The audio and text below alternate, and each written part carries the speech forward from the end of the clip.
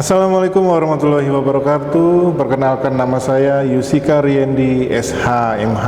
Saya adalah dosen Fakultas Hukum Universitas Pamulang di bidang keahlian Ilmu Hukum Tata Negara. Video ini saya buat dalam rangka memenuhi kebutuhan bidang pengajaran kaitannya dengan PDD UKT-PT Serdos 2025. Bidang keahlian saya berfokus pada keahlian hukum tata negara yang dalam lingkupnya berkaitan dengan ilmu politik, administrasi negara, dan sosiologi hukum. Adapun berkaitan dengan capaian pembelajaran, diharapkan mahasiswa kedepannya akan mampu menganalisis dan memahami berkaitan dengan fenomena-fenomena perkembangan hukum tata negara di Indonesia. Dan untuk CPNK-nya adalah bagaimana mahasiswa mampu memahami sumber hukum tata negara dari dua aspek formil dan material, kemudian dari unsur historis, sosiologis, dan filosofis, dan satu unsur politis yang mempengaruhi arah kebijakan berkaitan hukum tata negara. Metode pembelajaran yang saya gunakan adalah metode diskusi interaktif antara mahasiswa dengan mahasiswa, dengan melakukan analisis fenomena yang terjadi berkaitan dengan hukum tata negara. Dengan demikian, harapan saya nantinya mahasiswa mampu menganalisis dan juga mencermati fenomena hukum tata negara berkaitan arah kebijakan dan juga arah sebuah aturan itu terbentuk. Demikian profil singkat yang dapat saya sampaikan. Selamat menyaksikan.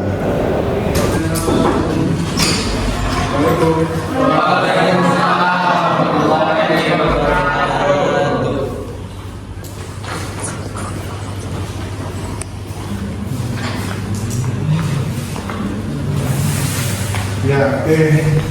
Selamat pagi teman-teman semua, rekan sekalian.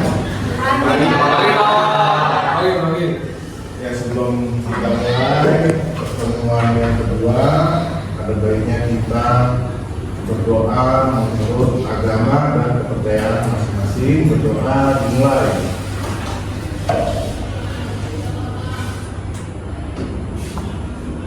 Selesai. Sebelum kita mulai, kita absen dulu ya. Aditya Rizky, oke. Ahmad Firdiansyah, ya. Haji Susanto, ya. Ana Salsabila, oke. Kamelia, ya. Cika, Daniela, oke. Devan, Dian, Dwi Putra, ya. Erina, oke. Eviona, Fatir, oke. Faiz nggak masuk ya? Farhan, Febrianti, Firmansyah juga nggak masuk ya? Iya. Hamas, Akifah Sakit, Indah Gustina, Indra Kusuma, Jenny, Muhammad Ramadan, Muhammad Egi, Nila, Raihan, ada ya, Rosinta, ya, Sabrina, ya. Siti Mulawaro, ya. Sabila, ya. Teddy Andri, Trisa, Yumna. Oke, dipersiapkan ya, kita akan mulai. Sebelum kita mulai, ada baiknya kita sedikit mengingat ya pertemuan pertama, karena ini adalah pertemuan kedua ya. Pertemuan pertama mengenai hukum tata negara. Masih ingat ya kita membahas tentang ruang lingkup hukum tata negara? Siap dengar. Ya. Siap dengar Pak. Oke, ruang lingkup tata negara meliputi apa sih? Salah satunya berbicara tentang hukum negara. Terus apa lagi? Terus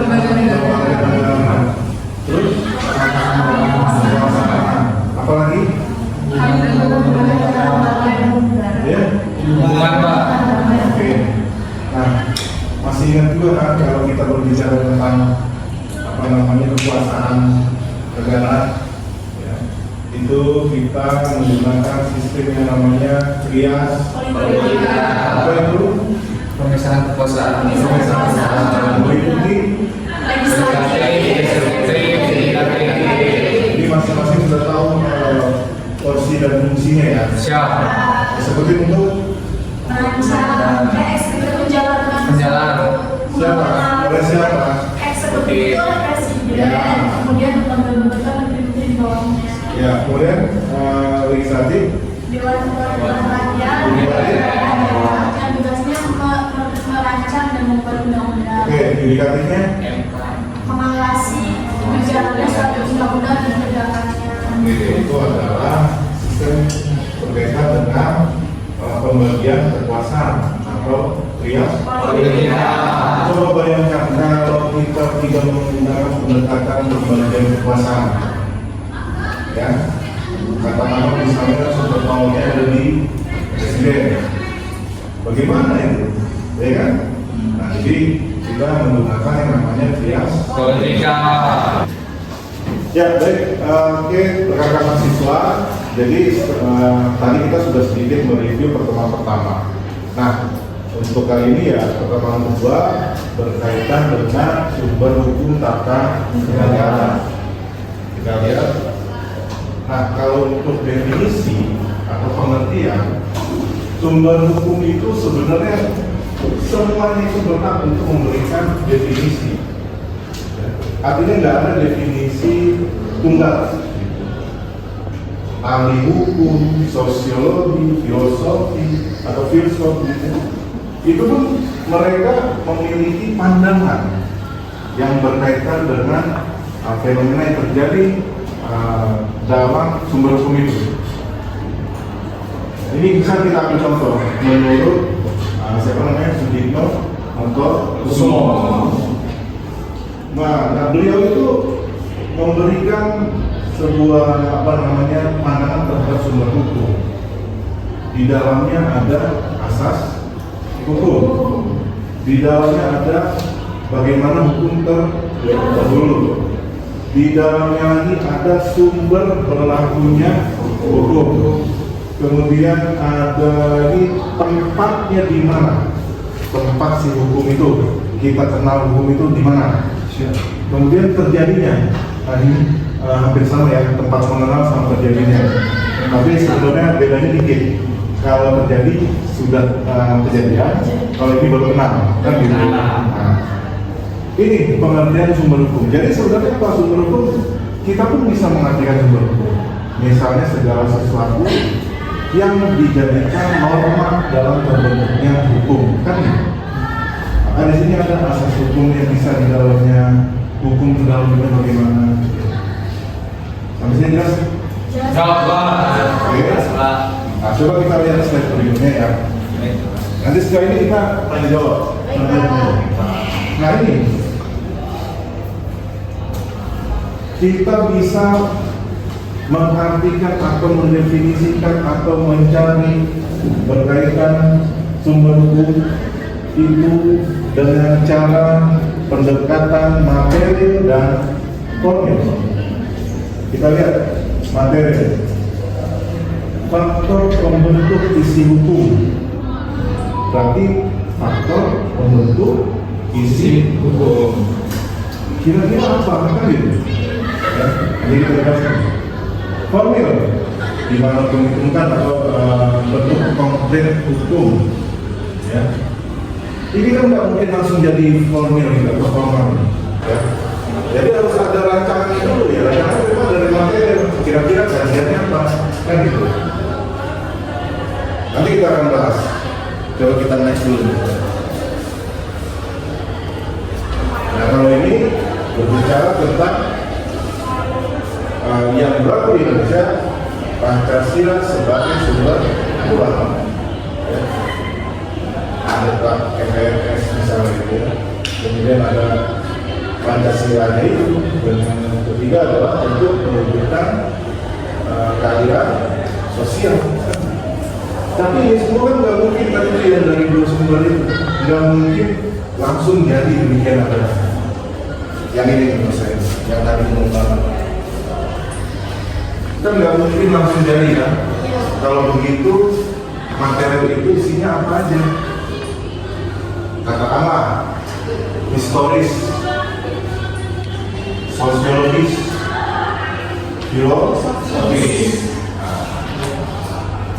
Tapi dari ketiga ini ada satu yang sangat mempengaruhi terbentuknya hukum dan kebijakan yang ada saat ini. Kira-kira ada tahu nggak?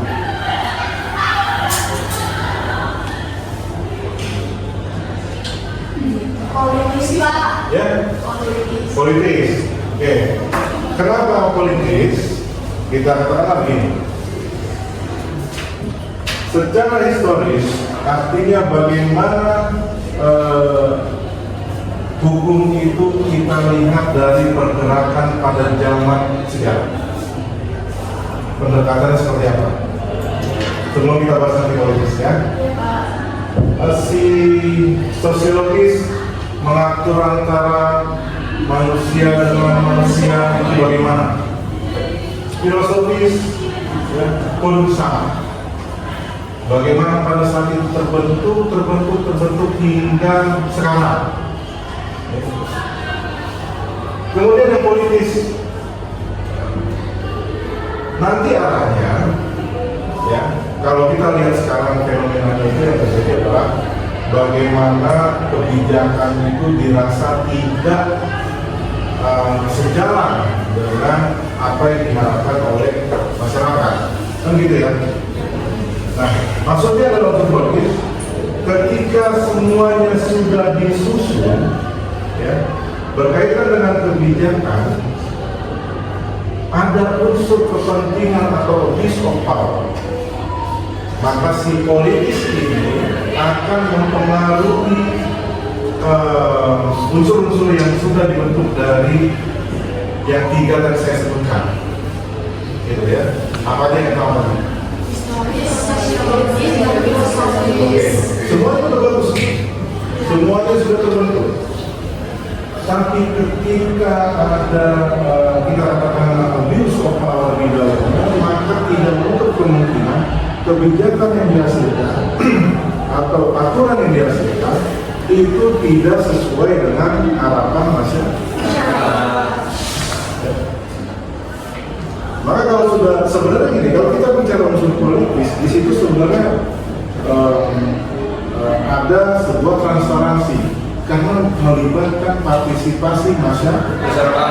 Nah, kalau sudah harusnya ini, kalau sudah melibatkan partisipasi masyarakat, kenapa hasilnya justru malah tidak sesuai? Ya. Jadi lucunya tuh gini, di kita ini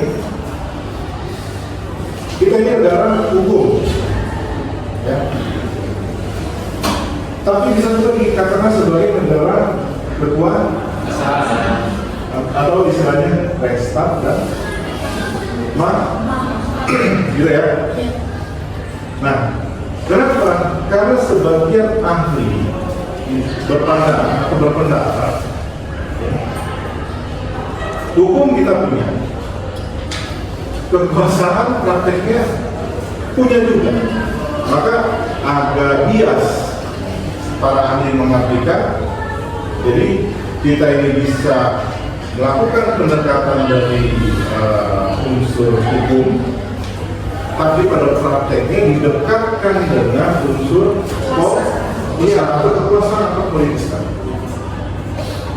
Jadi artinya gini ya, suatu saat, contoh misalnya ketua kelas jadi anggota dewan misalnya.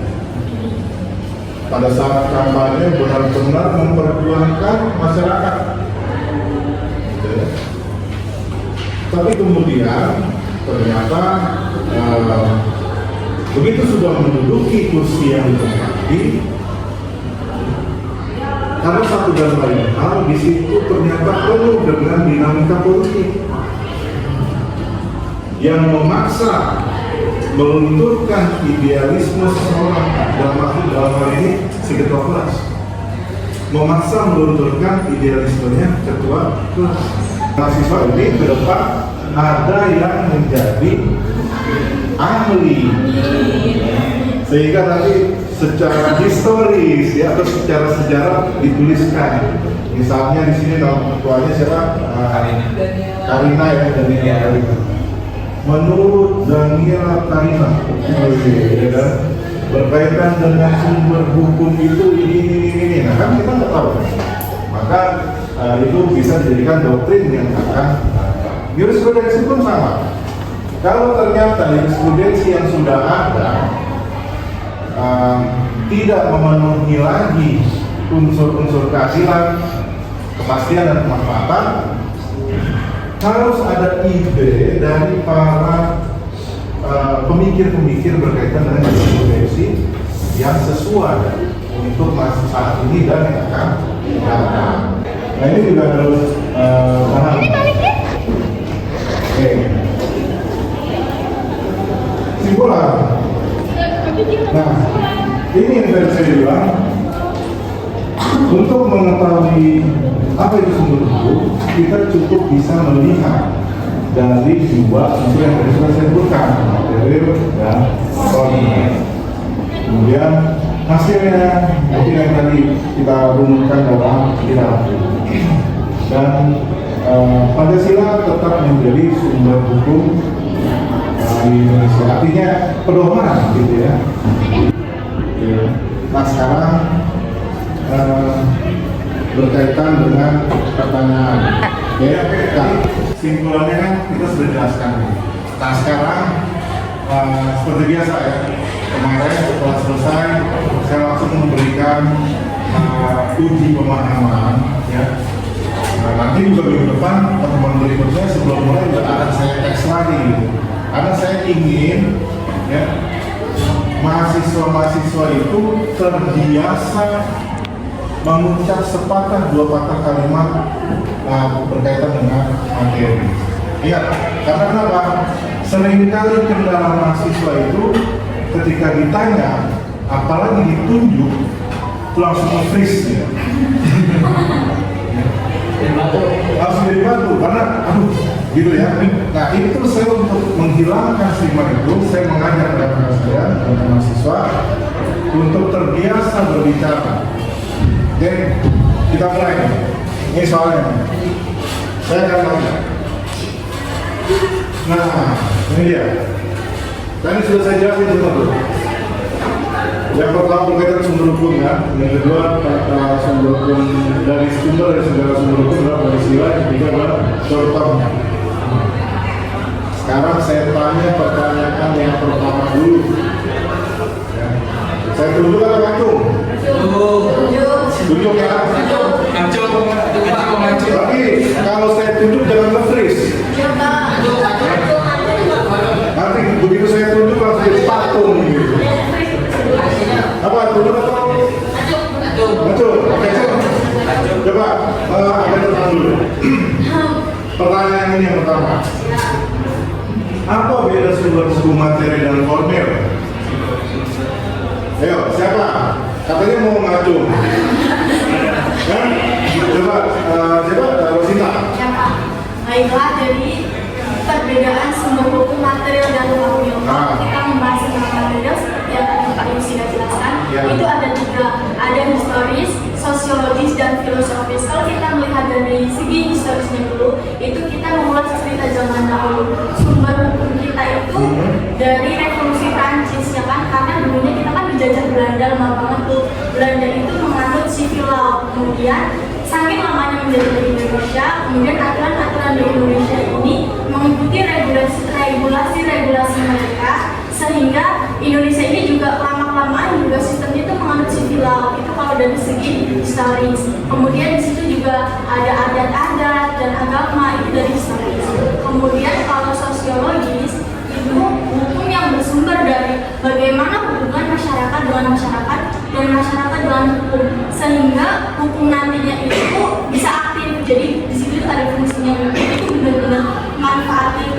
ada. Kemudian kalau yang filosofis itu apapun aturan-aturan yang dibuat itu sejalan, selaras apa tidak dengan nilai-nilai yang ada dalam Pancasila. Jadi ada nilai ketuhanan sampai keadilan dan lain-lain itu ada. Kemudian sumber hukum formil ini sumber hukum yang sudah ada. Ini sudah ada, jadi sudah dibentuk hasil dari material tadi. Seperti ada Undang-Undang Dasar 1945, kemudian ada TAP MPR, ada undang-undang, ada TAP MPR, kemudian ada peraturan pemerintah, peraturan presiden, peraturan daerah, dan peraturan dari setiap tempat-tempat yang pastinya kan tempat-tempat memiliki peraturan sendiri. Nah, itulah yang menjadi sumber formil. Oke, Profesor. Saya ini ya melihat perkembangannya dari yang kemarin masih agak malu-malu gitu ya. Ini sudah mulai ya, jadi perkembangan seperti itu. Jangan khawatir, jangan takut salah, karena saya pun kadang-kadang suka masih keliru, masih salah, gitu ya. Ini termasuk bagus. Oke, itu sudah clear dengan pertanyaan dari Rosita ya. Berarti sekarang yang kedua, mengapa Pancasila disebut sebagai sumber dari segala sumber hukum? Saya tunjuk atau belum? Kacau. Siapa? Ini, Devan ya? Ya. Coba. Untuk pertanyaan yang kedua, kita harus mengingat bahwa sebuah Pancasila itu tercipta karena hanya sebagai pandangan hidup atau penuntun hidup bagi persatuan negara Indonesia. Dan hal ini mengapa Pancasila menjadikan sebuah alasan dan menjadikan sebuah sumber utama atau sumber dari segala hukum. Maka Pancasila ini dianggap mampu menyesuaikan atau menjadikan sebuah nilai-nilai pandangan hidup pada masyarakat. Karena pada dasarnya hukum ini diciptakan yaitu karena adanya kebutuhan masyarakat dan menyesuaikan dengan apa yang masyarakat butuhkan di lapangan gitu, di kehidupan. Maka dari itu setiap hukum harus sesuai dengan Pancasila yang bertujuan hukum tersebut bisa berguna, bermanfaat, dan tidak adanya sebuah kekeliruan atau sebuah titipan kesesuaian dalam hukum tersebut gitu. Karena jika sebuah hukum telah dilandaskan dengan Pancasila, maka hukum tersebut kesempurnaannya hampir 99% gitu. Karena tidak ada hukum yang sempurna 100%. Masih ada aja yang bertolak belakang atas sebuah hukum.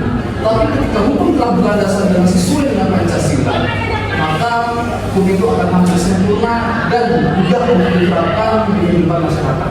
Nah, bagus juga deh.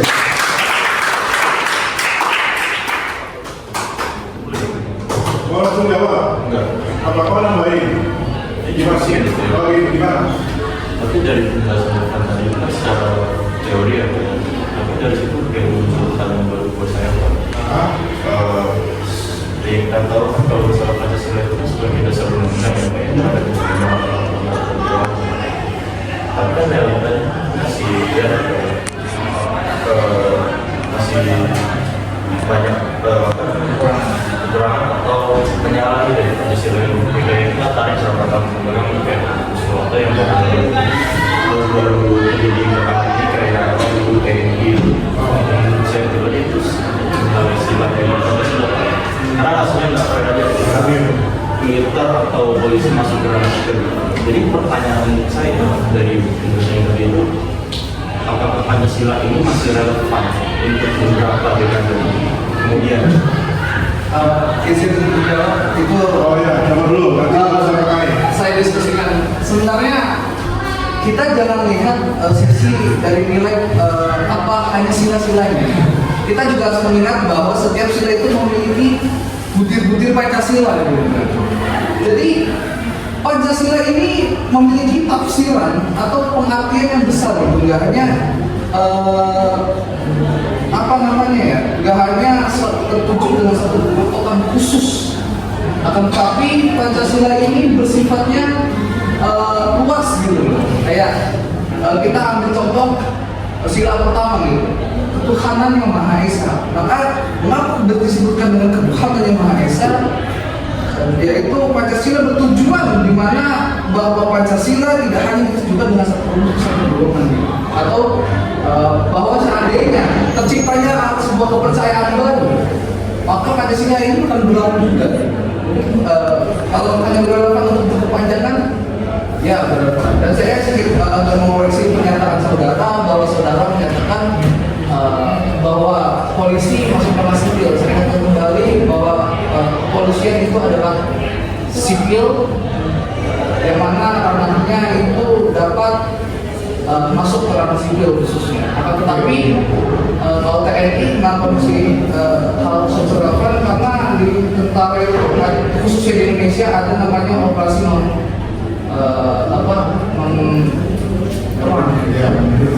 non-militer. Sebenarnya menjelaskan oke lah, agak bisa dipahami. Tapi kan begini ya, maksudnya kenapa kok yang tidak sesuai dengan sila 5 ini sudah sebenarnya sudah disebutkan yang setiap sila mendidik. Tadi kan sudah saya jelaskan bahwasanya dari 3 unsur historis, sosiologis, dan filosofis, bagaimana unsur politis mampu mempengaruhi kebijakan. Terus juga tadi saya bilang, saya katakan ada bisa kita lakukan dengan 2 pendekatan. Bisa jadi hasil yang kemarin Gus lah, terus benar-benar TNI lah, gitu ya, bisa dipantau dari 2 dimensi pendekatan tadi. Yang pertama mungkin pendekatan hukumnya, yang kedua adalah dimensi politiknya. Jadi ya hasilnya demikian adanya. Kita secara hukumnya sudah melakukan pendekatan, ya, kalau anak muda istilahnya PDKT gitu ya. Tapi kalau di prakteknya kita selalu dibenturkan atau didekatkan dengan si politiknya ini. Maka itulah yang tadi saya bilang, adanya abuse of power itu nyata. Oke, jadi tadi sudah ya, saya sudah uji pemahaman. Rosita luar biasa, Deva luar biasa. Terus ya, yang kita apa? Ya, Ramadan, ya, fokus untuk kita semua. Jadi saya tetap tidak lupa untuk selalu mengingatkan rekan mahasiswa membaca, bukan menghafal, bukan mengingat, ya. Karena ketika kita membaca atau ketika kita menulis, pasti otak kita akan terstimulus untuk mengingat kalimat. Ya, itu yang sering. Kadang-kadang hal itu sepele, bapak ngomongnya enak itu, ya. Tapi coba deh, ketika diterapkan, bukan tidak mungkin minggu depan ketika saya tanya nggak perlu lagi bukan ya. Termasuk tadi Rosita pas di awal, ya, ketika saya tanya pertanyaan yang berkaitan itu sebelumnya, ya, sudah bisa menjawab, kan gitu. Oke, cukup ya dari sini ya. Jangan lupa minggu depan masuk seperti biasa, tidak ada yang